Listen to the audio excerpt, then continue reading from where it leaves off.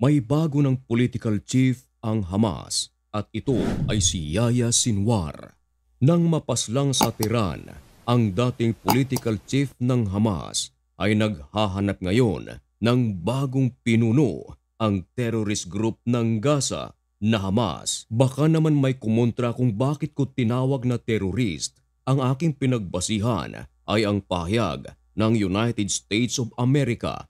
Ang Hamas kasi ay napasama na sa listahan ng Amerika bilang terrorist, kagaya ng Houthis ng Yemen. Kung sa tingin nyo naman na hindi terrorist ang Hamas, yan ay depende sa inyo. Pero napasama kasi sila sa listahan ng Amerika bilang mga terrorist group. Back to the topic. Nang mamatay si Ismail Haniyeh sa Tehran, naghahanap ngayon ng bagong pinuno ang Hamas. Mga 2 araw pa lamang ang nakakalipas matapos na i-anunsyo ng Iran at kumpirmado na nga na napaslang itong si Ismail Haniyeh, ay lumulutang na agad ang pangalan ni Yahya Sinwar bilang magiging kahalili ni Ismail Haniyeh. Ayon naman sa iba nating mga komenter, sino raw ang susunod kay Ismail Haniyeh?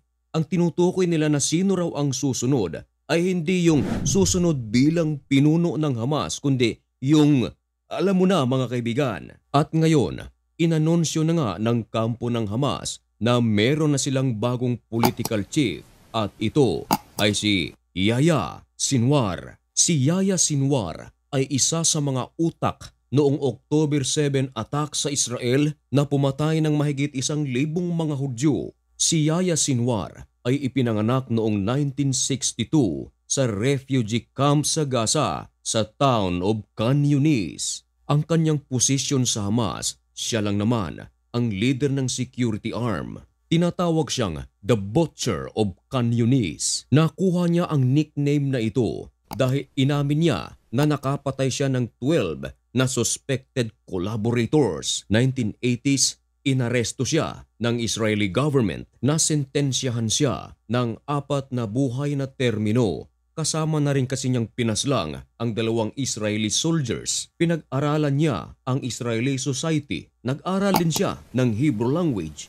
Alam niyo ba na si Yahya Sinwar ay mayroong brain cancer at noong 2008 ay napagaling siya ng mga Israeli doctors? Kung tutuusin, utang sana ni Sinwar ang kanyang buhay sa mga Israelita. Noong 2011 ay pinalabas siya ng Prime Minister ng Israel na si Benjamin Netanyahu bilang kapalit ng mga Israeli soldiers na hawak naman ng Hamas. At nang makabalik na si Sinwar sa Gaza, agad ito na nagtrabaho agad para sa Hamas. Isa sa kanyang mga layunin ay i-wipe out ang lahat ng mga Israelita at paalisin sa kanilang teritoryo. Pinagplanuhan nila na atakihin ang Israel hanggang sa sumapit ang October 7, 2023. Binomba nila ang Israel.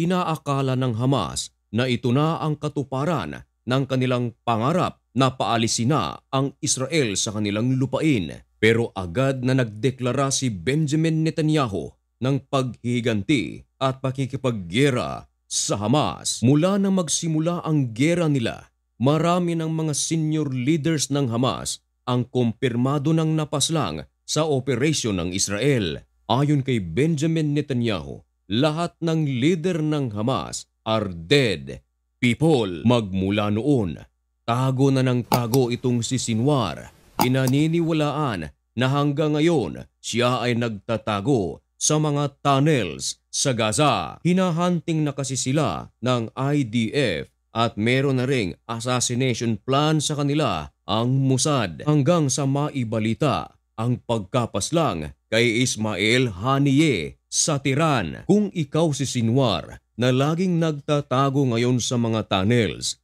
tapos narinig mo pa na ang inyong chief politikal ay napaslang na, ano ang iyong mararamdaman? Ayon sa report ng Hindustan Times, maging ang presidente ng Russia na si Vladimir Putin ay bigla ring nag-alala na maaari din palang mangyari sa kanya ang nangyari kay Ismail Haniyeh. Kaya ngayon, mas pinaigting pa ni Vladimir Putin ang kanyang security kahit na ang Russia ay isa sa mga may malupit na security. Ngayon, balikan natin ang damdamin ni Sinwar habang nagtatago dahil alam niya na hinahunting sila ng IDF. Meron pa ngang mga balita na hindi na raw siya mahagilap ng mga members nito. Pero kahit pa man ganyan ang sitwasyon, siya pa rin ang napili ng mga Hamas members na humalili kay Ismail Haniyeh. At nitong nagdaang araw, formal na siyang itinalaga ng Hamas na siya na nga ang kapalit ni Ismail Haniyeh. Hindi kaya nakakadama ng takot si Yahya Sinwar?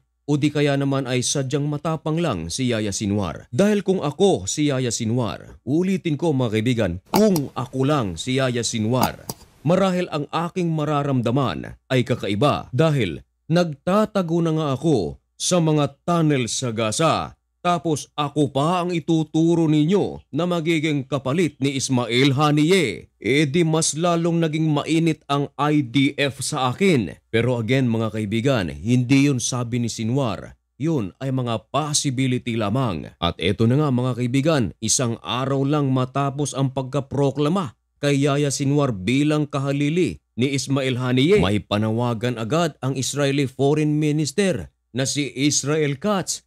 Ayon sa kanya na ibinalita ng VOA o Voice of America, ang kanyang panawagan ay paslangin si Yahya Sinwar. Tinawag ni Israel Katz si Yahya Sinwar na arch terrorist. Isa raw ito sa magandang pagkakataon upang ma-eliminate na ang mga leader ng Hamas at upang maubos na ang grupong ito sa face of the earth. Pero ayon naman kay Antony Blinken, maaari daw na si Yahya Sinwar ay magiging susi para sa ceasefire na pinag-uusapan sa pagitan ng Israel at ng Hamas. Na kay Sinwar daw yan kung ano ang kanyang gugustuhin. Dahil noong nabubuhay pa raw si Ismail Haniyeh, isa raw siya sa mga nag-a-attend para pag-usapan ang ceasefire kasama ang Ehipto, UAE at Saudi Arabia. Of course, ang United States of America. Kasama na rin ang delegado ng Israel na ipinadala ni Benjamin Netanyahu. Pero ang problema, ayon sa mga negotiators na Egypt, UAE at Bahrain, hindi raw nila mahagilap kung saan nagtatago itong si Yahya Sinwar. Hirap daw silang maghanap ng kontak ni Yahya Sinwar. Ayon sa ibang analyst, imposible raw na ang mga members ng Hamas ay walang kontak ni Yahya Sinwar. Dahil paano nila ito maipoproklama bilang bagong pinuno ng Hamas kung wala silang pagkonsulta? Normal lang din daw na walang mga kontak si Yahya Sinwar sa labas ng Hamas gaya ng Israel, Egypt at maging ng UAE. Baka kung malaman kung saan siya nagtatago, di tapos na. Nag-iingat daw ng husto itong si Yahya Sinwar. Naglabas ng pahayag si Israel Katz at ipinaalam sa buong mundo na ang Palestinian issue is now completely controlled by Iran and Hamas. Dagdag pa ni Katz na ang Israel ay nagme-maintain ng kontrol sa Israel-occupied West Bank. Ito ay upang hindi raw makuha ng Iran at makapagtayo pa ng ibang extremist stronghold. Dahil kung pababayaan daw ito ng Israel, maaaring makuha ito ng Iran at magtayo ng ibang outpost sa lugar na ito.